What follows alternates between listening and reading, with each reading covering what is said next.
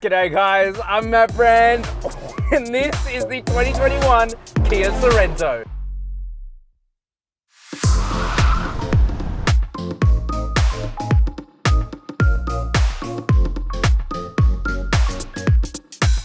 The Kia Sorento is the perfect example of where market competition is good for you and me. Honestly, it's a shock that Kia are making any money out of these. It's just so full of absolutely everything. And the fact that even I could afford one, it goes to show you that it's pretty good value. So today I'm gonna take you through all of the cool stuff that make this probably the best value proposition in the entire Australian automotive market. Now, if you are new around here, please do go down there and hit the subscribe button. I'd love to have you around the channel and hit that notification bell as well. And while you're down there, please like the video. It really helps small content creators like me. I've also left timestamps so you can skip ahead over here or go down into the YouTube chapters below or even the description, your choice. And let's just get straight into the review. What amazes me about the Kia Sorento is just how much presence it has on the road. Starting up front, and I want to start with the grille. It has such a cool 3D effect to it. It is, of course, the Tiger Nose grille. It's a relatively recent Kia design language, and I think it looks fan-bloody-tastic. Flanking the grille are the headlights, which are fully LED across the range, although the top spec gets projector LEDs. I think they look pretty cool. I like the rings running within them, and below them are the daytime running lights. Not gonna say it's the most beautiful daytime running light out there, but it looks pretty good. And of course you get a skid plate for your extreme off-roading.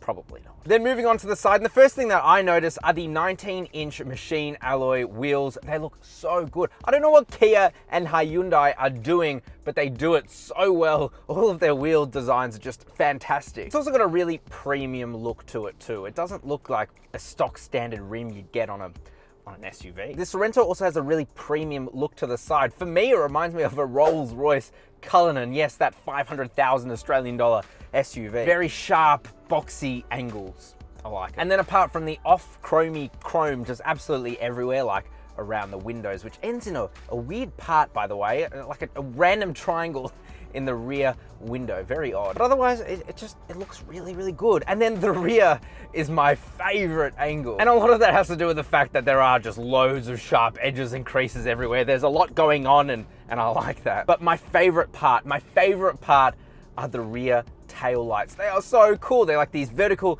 LED lines. Again, super premium looking. They also act as the turning signals. It's such a beautiful look. I've said this before, Kia, Hyundai, they're making some of the best looking cars that you can actually buy. That's a feat. Up top, you get an obligatory roof spoiler and the Sorento badge spelt out the bottom. Again, a very premium touch. I love it. I love the way the Sorento looks. It's so elegant in its design, and it has such a presence on the road. I can't tell you how many people have been looking at the Sorento as I've been driving it. People love it. And I'm gonna be honest with you, I really like it as well. And it's an SUV. What's wrong with me? I'm curious to know what you guys think though. What do you think looks better, this 2021 Kia Sorento, or do you prefer the looks of the upcoming 2021 Hyundai Santa Fe? For me, if they could combine the rear of the Sorento and the front of the Santa Fe, that would be my dream SUV, but they probably won't. So go down into the comments section below and cast your votes now. Also subscribe, please. It helps me get cars. Please. Excuse me here while I give it a bit of the sauce. Far out, Brussels sprout. What? Oh, almost pooed my pants there. Got chills.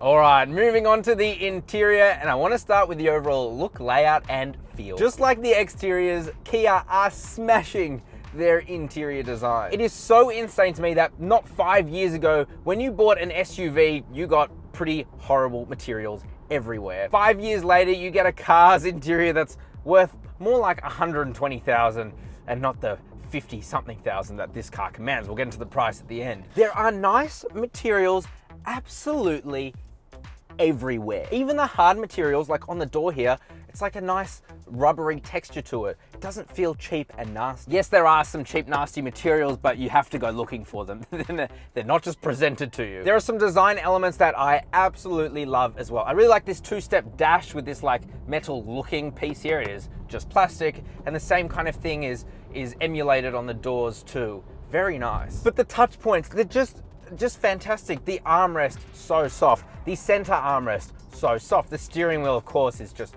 magical, and the seats, very comfortable. It's great in here. And this goes back to my original point. You as the consumer win because of just how much competition there are in this class. Everyone is trying to sell these SUV/crossovers, whatever you want to call them, and you win. No complaints there from me. Then we have the ergonomics. The steering wheel is tilting and telescoping, and the seats are adjusting in like 10 different ways automatically. Great. Visibility is totally fine, absolutely everywhere. The rear window is actually relatively large. Some reviewers have said it's small, but it's not. And then storage is also just incredible. In the center, you have a massive center armrest. The glove box is a pretty decent size. The door bins are also massive. You get 4 cup holders up front, 2 in the center, 2 in the doors, and you have a storage place for your phone. Sadly, it's not wireless charging. You can only get that, quite weirdly, in the GT line or top spec. This is second from the top, the Sport Plus variant, so I would have expected to see it here regardless. Not a big issue though, because I/O is just fantastic. You get 3 USB ports up here. No 12-volt socket, which is a bit of a shame, especially if you have a dash cam, but still totally fine. And then, as I said, this is the Sport Plus variant, so these seats are totally leather, and they are just incredible. Very, very comfy. I like their design too. I really like perforated leather on seats, and these are just that. You do get lumbar support, so insert clapping here, Matt.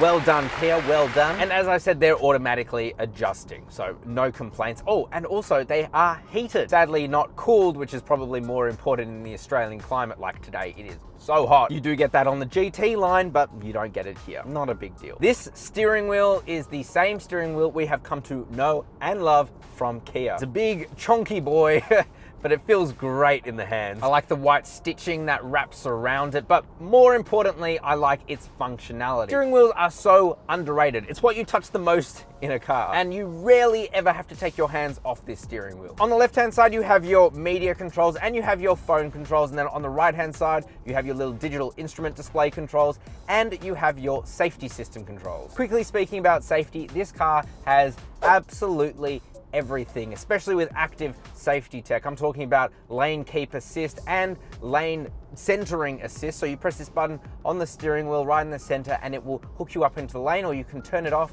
if you don't like it. Great. You've also got adaptive cruise control all the way to 0. Again, great. And as I said, you have every safety system under the sun, but you do miss out on one thing, and that is third row airbags. A lot of competitors do come with that. For me, it wouldn't be an issue, but if you are carrying kids back there all of the time, you might want to consider getting something with just that little bit extra safety, although it kind of makes up for it with just everything else. Just a consideration. Moving on to the instrument cluster now, and sadly, it is not the 10.25-inch digital displays that you would otherwise get in the GT line, but it's still pretty good. In the center is a 4.2-inch TFT display that shows just plenty of information on it, pretty much the same as what you'd get on the full displays anyway. And then to the left, you have a nice big and bright tachometer. On the right-hand side, you have a nice big bright speedometer. So I really don't have any complaints. It's certainly good enough. It's not as fancy schmancy as the digital displays you get in the GT line, which admittedly, they're pretty good. What is the same though is this 10.25-inch infotainment display. It is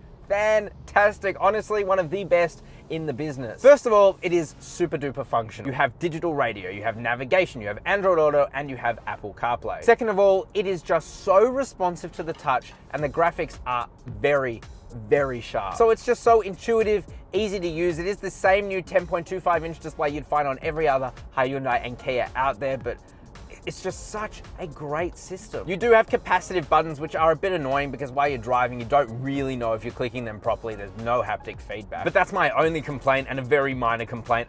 This is honestly probably the best in the industry at the moment. It's that good. Weirdly enough, so are the air conditioning controls. They're a bit over-engineered with their touch capacitive buttons, but hey, they work really well. It's dual zone. I like it. Moving to the middle row now, and it's the same story as up front. You get very nice black leather seats. Just like the front, they are super duper comfy to sit in. I'm 5'11", have plenty of leg room, toe room, and headroom. The seats also slide and recline, so you can get more space in the rear, or you can be a bit more comfortable back there. And functionality is probably better than up front. You get your standard 2 air vents back there. It's not tri-zone climate control, but it's okay. And you get 3 USB ports back there, and you get a 12-volt socket. So Kia absolutely knows that their market have kids who use their iPads a lot. And then the third row seats, they are the same leather as the middle and the front. It is a little bit more tight back there. I wouldn't sit back there if I could avoid it, but you could get adults in there in a pinch. So you'd have to move the middle seats forward, and kids will be totally fine back there, and you just get more USB ports and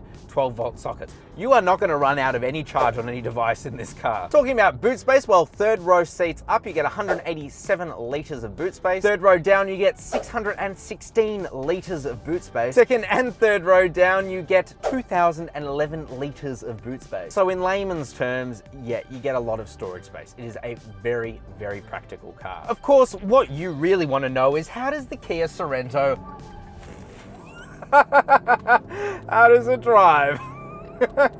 Surprisingly well for such a big crossover. The Kia Sorento comes with a 2.2 litre 4-cylinder turbocharged diesel engine, and it pumps out 148 kilowatt of power and 440 newton meters of torque. All of that power is sent through an 8-speed dual clutch transmission, which is the same transmission that you will be getting in the i30N. And make sure you subscribe so you can see as soon as that video comes out. It's coming pretty soon. And best of all, with this diesel, you do get it paired up to an all-wheel drive system. There will also be a naturally aspirated V6 engine joining the lineup, and that will be a lot of fun. I've driven it before in the Hyundai Santa Fe. It's a hoot, but it is a lower spec engine technically, and we don't know when it's coming. The production's been delayed, so stick with the diesel for now. And honestly, I'd probably stick with the diesel anyway, because you just get more grip with that all-wheel drive system. Now, I want to quickly talk about the dual clutch transmission. Generally speaking, the biggest issue with dual clutches is that at low speeds, they can be quite clunky, quite jerky, and you do get a little bit of that with this, but it's really not awful. It's a lot better than a lot of the Volkswagen systems, I will tell you what. And upshifts are just seamless, downshifts as well. It is a really good pairing in my opinion. The 0 to 100 or 0 to 62 miles an hour is around about, it's around about 8.5 seconds.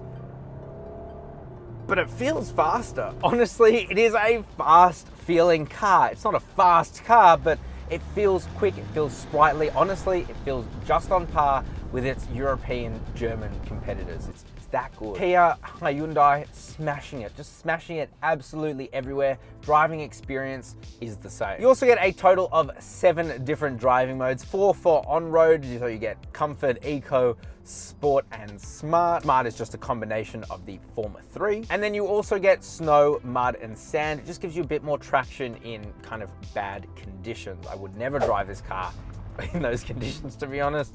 I'd probably choose a better 4-wheel drive for that, but you can. Now, although you don't get adaptive dampers, suspension is tuned so well, and it's so well because it's done in Australia. The Australian team knows the Australian road conditions, i.e. that we have just lots of different types, and it's tuned almost perfectly for that. In fact, you would almost think that it has adaptive dampers. It is so good on pretty much every single surface. So driving around town, super comfortable. Taking a corner maybe a little bit too hard, well, body roll is very minimal. Don't know how, again, it's just Kia on a roll. In terms of handling, well, let me put the car into sport mode, turn it a bit.